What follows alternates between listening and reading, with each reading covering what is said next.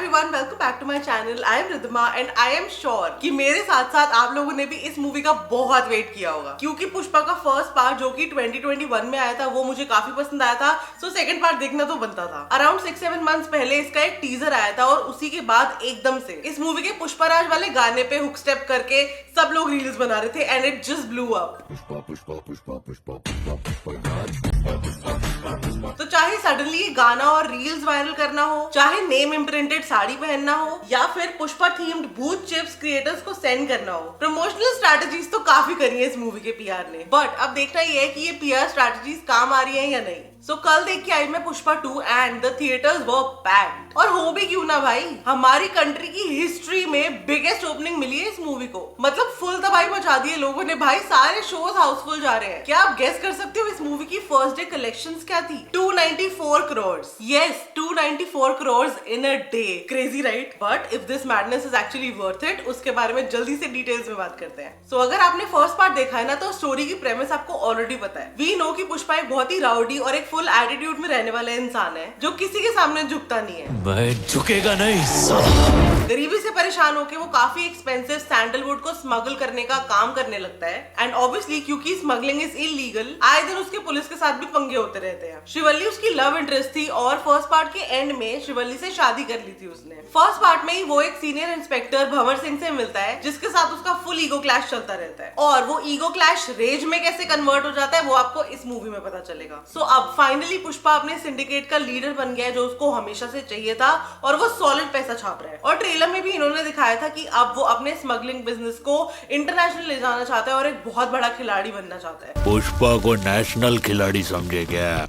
International है। अब वो बड़ा खिलाड़ी बन रहा है, लेकिन वो दिखाने के लिए, वो कन्वे करने के लिए इन्होंने जो चीजें दिखाई हैं वो मुझे काफी लेम और काफी गिमिकी लगी। जैसे कि आउट ऑफ नोवेयर एक बहुत बड़े कंटेनर में बैठकर वो इलीगली पहुंच जाता है जापान, और वहीं right there and then Japan के पोर्ट पर एक बड़ा सा फाइट सीक्वेंस हो जाता है आउट ऑफ नोवेयर। उसके बाद एक दिन कैजुअली दुबई में हेलीकॉप्टर खरीद लेता है और फिर आराम से इलीगली बॉर्डर्स क्रॉस करके श्रीलंका पहुंच जाता है। मतलब अटर नॉनसेंस। लेकिन एज वी नो, हमेशा से पैसे से ज्यादा Pushpa craves for respect and stature, and उसकी सेल्फ रिस्पेक्ट हर्ट हो जाती है एक दिन जब वो आंध्र प्रदेश के सीएम के साथ फोटो लेने जाता है एंड उसको मना कर दिया जाता है। अब इस बात से वो इतना फ्यूरियस हो जाता है कि he vows to topple the government. उसके बाद नॉर्मल लीनियर स्टोरी चलती रहती है एंड सडनली उसकी नीस किडनैप हो जाती है, जबकि वो उसकी स्टेप नीस है, फिर भी वो उसको छुड़ाने के लिए, रेस्क्यू करने के लिए जाता है, और इसी बात की वजह से उसकी एस्ट्रेंज्ड फैमिली उसको एक्सेप्ट कर लेती है। इसके अलावा पूरी मूवी में बस कंसाइनमेंट्स को लेके भसड़ चलती रहती है और चलती ही रहती है। ज्यादा और कुछ इस पूरी मूवी में है नहीं। एंड काफी अब्रप्ट और काफी अंडरवेलमिंग है। मतलब मेरे ओपिनियन में स्टोरी लाइन काफी वीक है ऑल इन ऑल।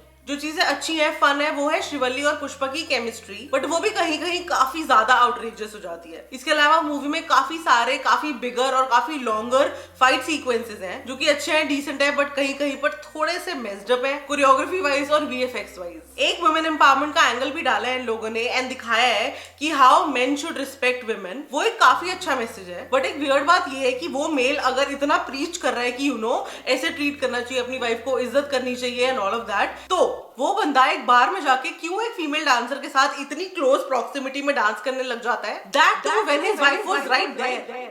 एक्टर्स की बात करें तो जस्ट लाइक पार्ट 1, पार्ट 2 में भी Allu Arjun has actually ruled this movie. मतलब क्लियरली पूरी मूवी का भार उन्होंने अपने कंधों पे, ऐसे टेढ़े कंधों पे उठाया हुआ है। Shit, I should not say that. But apart from that, उनकी एक्टिंग काफी अच्छी है, उनका प्रेजेंस, उनका डिमीनर काफी अच्छा है and he nails every emotion. ये हम सबको पता है। पुष्पा का और भंवर सिंह का यानी फहाद फाजिल का जो एक राइवलरी वाला एंगल है वो मुझे काफी अमेजिंग लगता है देखने में, एंड इस मूवी में भी वो बहुत अच्छा चला है। मतलब आप क्लियरली देख सकते हो कि दो साइकोस अपनी ईगो क्वेंच करने के लिए और अपने पॉइंट्स प्रूव करने के लिए किस लेंथ तक जा सकते हैं। Both of them shine equally in their characters. But इस मूवी की जो सबसे वायरल, सबसे ट्रेंडिंग चीज थी वो था अल्लू अर्जुन का गंगम्मा जतारा डांस, जो कि अमेजिंग था। बहुत ही अच्छा लगा मुझे वो परफॉर्मेंस देख के, काफी इंटेंस था। रश्मिका मंदाना बिल्कुल वैसी ही थी जैसी वो फर्स्ट पार्ट में थी या फिर जैसी वो एनिमल में थी। मेरे को उनकी एक्टिंग में ज्यादा डिफरेंस दिखा नहीं। थोड़ी ज्यादा ओपन और थोड़ी आउट लाउड दिखाई है इस पार्ट में उन्होंने, बट वही बीच बीच में थोड़ा सा किडिश और थोड़ा सा ड्रामेटिक वाला पूरा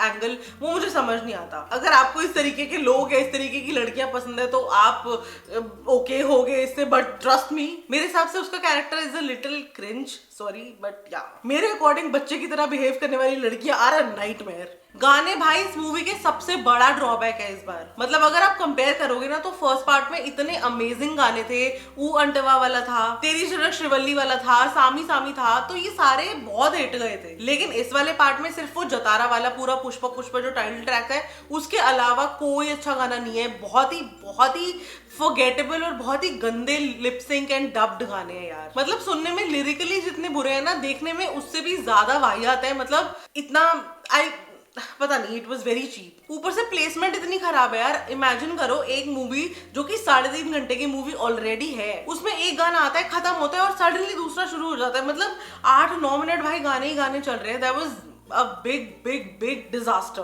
I was put off by it. Direction सही है, प्रोडक्शन को देख के ही पता लगता है कि इन्होंने काफी ज्यादा पैसा लगाया है पूरी मूवी पे। I think close to 400 crores. But I don't know, इतना पैसा लगाने के बाद भी अच्छे VFX पे क्यों नहीं इन्वेस्ट किया इन लोगों ने। To be honest, आप देखोगे तो आपको पता चल जाएगा कि मैं किस चीज की बात कर रही हूँ। बीच बीच में बहुत मेसअप्स हैं। यूएस सर्टिफिकेट मिला है इस मूवी को, तो लास्ट पार्ट की तरह खून खराबा लड़ाई झगड़ा इस मूवी में डबल है। मतलब मल्टीपल सीन्स में काफी ब्लडशेड देखने को मिलेगा आपको। For sure it is gotten doubly brutal. मुझे पर्सनली मूवी सही लगी। ऐसा कुछ तबाही माइंड ब्लोइंग वाला सीन नहीं है, बट एक मास एंटरटेनर है, उसी की तरह देखोगे तो सही रहेगा। कुछ चीजें अगर काफी फन है तो कुछ चीजें डेफिनेटली काफी क्रिंज और काफी बेसिर पैर की भी हैं। But please don't hate me when I से दिस, मेरे हिसाब से first part was way better। और एंड में इन्होंने पार्ट 3 द रैम्पेज की भी अनाउंसमेंट कर दी है। आई रियली होप कि नेक्स्ट वाला पार्ट इससे बेटर हो। और भाई 3 घंटे 20 मिनट की मूवी है, मतलब बैठे बैठे ना कमर में दर्द हो गई थी। मुझे बाकी सबका नहीं पता, बट मेरे लिए एक सिटिंग में इतनी लंबी मूवी देखना ना बड़ा मुश्किल हो जाता है भाई। तो ये मैं सिर्फ एक्सपेक्ट कर सकती हूँ कि अगला वाला पार्ट इससे थोड़ा सा छोटा हो। वैसे अदरवाइज ये मूवी बॉक्स ऑफिस पर एक हिस्टोरिक ब्लॉकबस्टर तो है ही, तो अगर आप नंबर्स को वैल्यू करते हो तो आपको डेफिनेटली ये मूवी देखनी चाहिए। और अगर फर्स्ट पार्ट आपको पसंद आया था तो भी आपको ये मूवी डेफिनेटली देखनी चाहिए। बट ये एक ओपन डिस्क्लेमर है कि प्लीज दिमाग घर पे छोड़ के जाना